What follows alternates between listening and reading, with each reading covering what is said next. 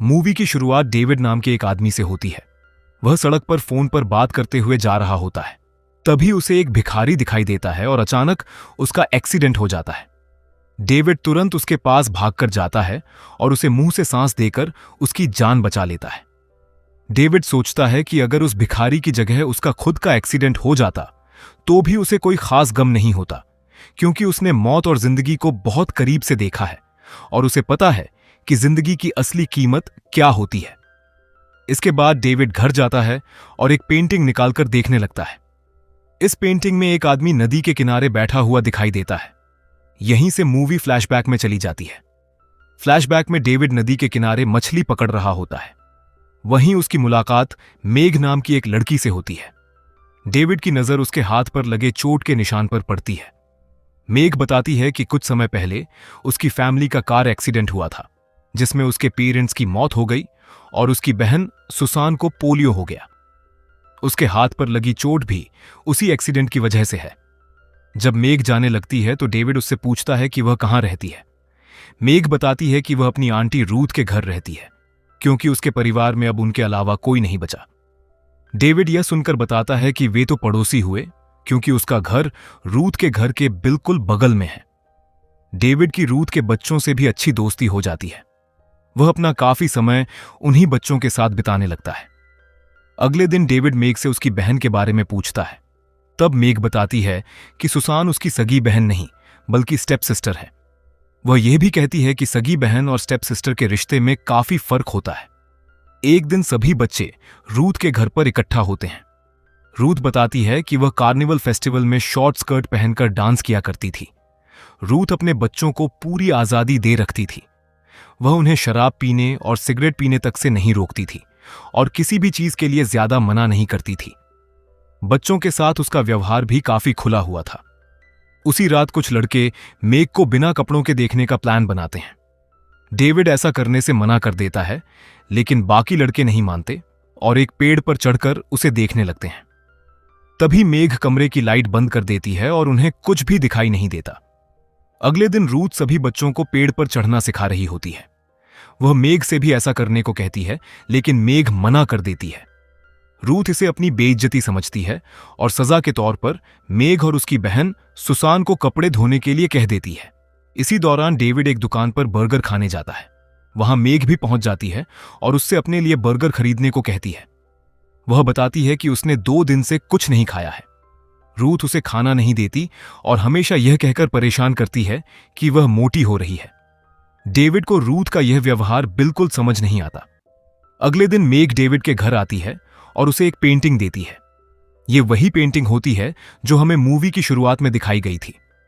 David उसे देखकर चला जाता है और यह सोचता है कि मेघ ने यह पेंटिंग उसके लिए बनाई है। लेकिन डेविड के जाते ही रूथ मेघ के पास पहुंचती है और उसे गंदी गंदी गालियां देने लगती है। डेविड अपनी खिड़की से यह सब देख रहा होता है और समझ जाता है कि रूथ मेघ और उसकी बहन के साथ बहुत बुरा व्यवहार करती है। अगली सुबह डेविड रूथ के घर जाता है। वहां वह देखता है कि रूथ के सारे बच्चे मेघ को पकड़कर परेशान कर रहे हैं। तभी उनमें से एक लड़का मेघ के सीने को छूने की कोशिश करता है। मेघ उसे थप्पड़ मार देती है। कुछ देर बाद रूथ वहां आती है और मेघ की बहन सुसान से पूछती है कि क्या मेघ ने उस लड़के को थप्पड़ मारा था। सुसान सच बता देती है कि गलती उसी लड़के की थी, इसीलिए मेघ ने उसे थप्पड़ मारा। लेकिन रूथ इस बात को मानने से इनकार कर देती है। वह सुसान से कहती है कि उसने मेघ को थप्पड़ मारने से रोका क्यों नहीं। इसके बाद रूथ सुसान को भी सजा देती है और उसकी बहन को सामने रखकर उसे बुरी तरह पीटती है। रूथ मेघ को धमकी देती है कि अगर उसने दोबारा ऐसी कोई गलती की तो उसकी सजा उसकी बहन सुसान को मिलेगी। अगले दिन डेविड और एक बच्चा देखते हैं कि मेघ पुलिस से बात कर रही है। तभी रूथ का भाई विली मेघ को थप्पड़ मारकर डराता है और उससे कहता है कि यहां उसकी मदद करने वाला कोई नहीं है। वह मेघ को यह भी धमकी देता है कि अब उसके साथ कुछ ऐसा होने वाला है जिसकी उसने कभी कल्पना भी नहीं की होगी। इसके बाद डेविड अपनी फैमिली के साथ डिनर कर रहा होता है। तभी उसे रूथ के घर से रात में आने का न्योता मिलता है। डेविड वहां पहुंचता है, लेकिन उसे बिल्कुल अंदाजा नहीं होता कि अंदर उसके साथ क्या होने वाला है। रूथ के घर पहुंचकर डेविड देखता है कि मेघ को बेसमेंट में बांधकर रखा गया है। उसकी आंखों पर पट्टी बंधी होती है और उसके पैरों के नीचे कुछ बॉक्स रखे होते हैं। तभी उसके कपड़े उतार दिए जाते हैं और रूथ के बच्चे उसके साथ एक भयानक खेल शुरू कर देते हैं। रूथ मेग से उसके पहले शारीरिक संबंध के बारे में पूछती है। मेग कुछ भी नहीं बता पाती क्योंकि उसने कभी ऐसा कुछ किया ही नहीं होता। इसके बाद उसके पैरों के नीचे रखे बॉक्स हटा दिए जाते हैं और मेग ठीक से खड़ी भी नहीं हो पाती। तभी विली उसकी बॉडी को छूने की कोशिश करता है, लेकिन मेग उसे रोक देती है। वह कहती है कि उसे छूने की कोई जरूरत नहीं है। उस रात बच्चे मेग के पास पानी लेकर आते हैं। वे पानी देने के बदले उसे छूना चाहते हैं। मेग मजबूरी में हां कर देती है, लेकिन पानी पीने के बाद वह उन्हें धमकी देती है कि अगर उन्होंने उसे दोबारा छुआ तो वह चिल्लाकर रूथ को जगा देगी और रूथ आकर उन सभी को पीटेगी। यह सुनकर बच्चे वहां से भाग जाते हैं। अगले दिन रूथ मेग को ब्रेड खिलाने की कोशिश करती है, लेकिन मेग की हालत इतनी खराब होती है कि उससे खाना भी नहीं खाया जाता। तभी गलती से चाय का कप टूट जाता है। रूथ इस गलती की सजा भी मेग को नहीं, बल्कि उसकी बहन सुसान को देती है और उसे बेरहमी से पीटती है। अगले दिन डेविड वहां पहुंचता है तो देखता है कि घर के सारे बच्चे मेग को परेशान कर रहे हैं। तभी अचानक घर की डोरबेल बजती है। रूथ बच्चों को दरवाजा खोलने के लिए भेजती है, लेकिन डेविड कहता है कि उसे ऊपर जाना चाहिए। क्या पता पुलिस हो और बच्चे उनसे ठीक से बात न कर पाए। रूथ ऊपर जाती है और वहां सच में एक पुलिस वाला खड़ा होता है। वह रूथ से मेग और सुसान के बारे में पूछता है, लेकिन रूथ झूठ बोल देती है कि दोनों मार्केट गई हैं। पुलिस वाला वहां से चला जाता है। इसी बीच डेविड मेग को बताता है कि वह आज रात पीछे का दरवाजा खुला छोड़ देगा ताकि वह वहां से भागकर पुलिस के पास जा सके और सब कुछ बता सके। डेविड एक पत्थर के नीचे कुछ पैसे भी रख देता है जहां मेग ने उसे रखने के लिए कहा था, लेकिन अगली सुबह जब डेविड वहां आता है तो पैसे उसी जगह पड़े होते हैं। डेविड समझ जाता है कि मेग वहां से भाग नहीं पाई। इसके बाद डेविड बेसमेंट में जाता है और वहां जो देखता है उससे उसके होश उड़ जाते हैं। रूथ विली की मदद से मेग के साथ बेहद क्रूर अत्याचार कर रही होती है। रूथ बताती है कि मेग ने पिछली रात भागने की कोशिश की थी और अब उसे उसी की सजा दी जा रही है। रूथ यह भी बताती है कि मेग के भागने के प्लान में किसी और का भी हाथ था। इसके बाद रूथ डेविड से मेग के साथ अत्याचार करने को कहती है, लेकिन डेविड साफ मना कर देता है। इससे रूथ और ज्यादा गुस्से में आ जाती है और मेग को और बुरी तरह टॉर्चर करना शुरू कर देती है। वह गर्म पेन से मेग के शरीर पर शब्द लिखती है और उसे लगातार यातना देती है। डेविड यह सब देखकर टूट जाता है और वहां से भागने की कोशिश करता है, लेकिन विली उसे पकड़ लेता है और जबरदस्ती मेग को टॉर्चर होते हुए देखने के लिए मजबूर करता है। यह सब डेविड से देखा नहीं जाता और वह बेहोश हो जाता है।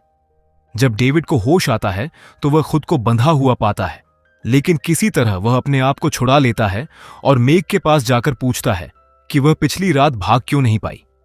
मेग की हालत इतनी खराब होती है कि वह ठीक से बोल भी नहीं पाती।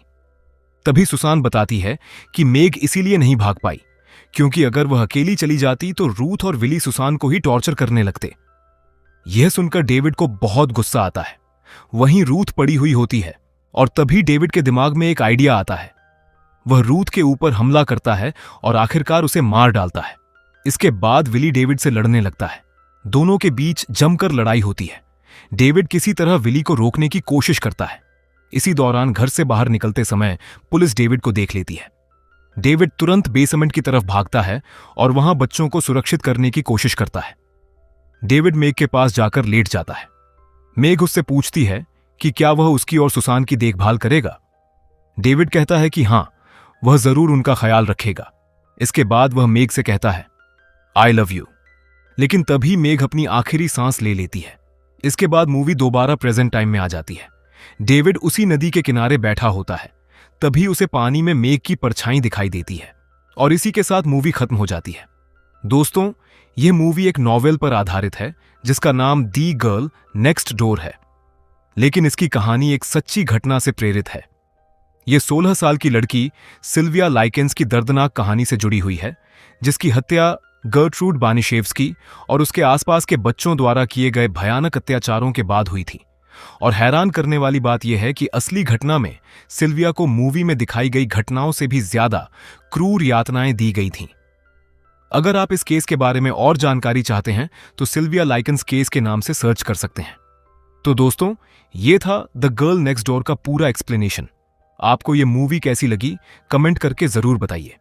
और अगली कौन सी मूवी एक्सप्लेन करवाना चाहते हैं ये भी कमेंट में बता सकते हैं। ऐसी ही आने वाली वीडियो देखते रहने के लिए हमारे चैनल को सब्सक्राइब करें और बेल आइकॉन दबाएं ताकि आपको हमारी आने वाली वीडियो की नोटिफिकेशन मिलती रहे। अगर वीडियो अच्छी लगी हो तो वीडियो को लाइक जरूर करें। तब तक के लिए टाटा, बाय बाय और नमस्ते।